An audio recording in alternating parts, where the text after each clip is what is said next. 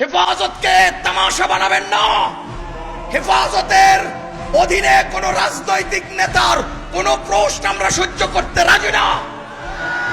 একটা রহস্য বুঝেন, আওয়ামী লীগের ক্ষমতার সময় আওয়ামী লীগ ইসলাম চালাইছে তরিকত ফেডারেশনকে দিয়া, আর বিএনপির ক্ষমতার সময় বিএনপি ইসলাম চালিয়েছিল জামাত ইসলামকে দিয়া। কওমি উলামায়ে কেরাম বিএনপি কে সহ্য করে নাই, আওয়ামী লীগ কে সহ্য করে নাই। দুই দলের মাঝখানে থেকে যে ইসলাম বিরোধী কাজ করেছে তার বিরুদ্ধে কওমি আলেমরা সংঘবদ্ধ হয়েছে। আজকে জামাত ইসলাম আলাদা হয়েছে, বিএনপি কওমির দালালদেরকে সাথে নিয়েছে। খোদার কসম করে বলছি, কোন কওমির কোন একজন আলেম কারো দালালি করবে আমরা সাধারণরা মানতে পারি না।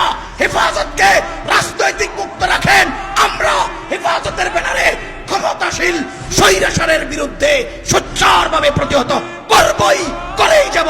কারো দালালি আমরা সহ্য করব।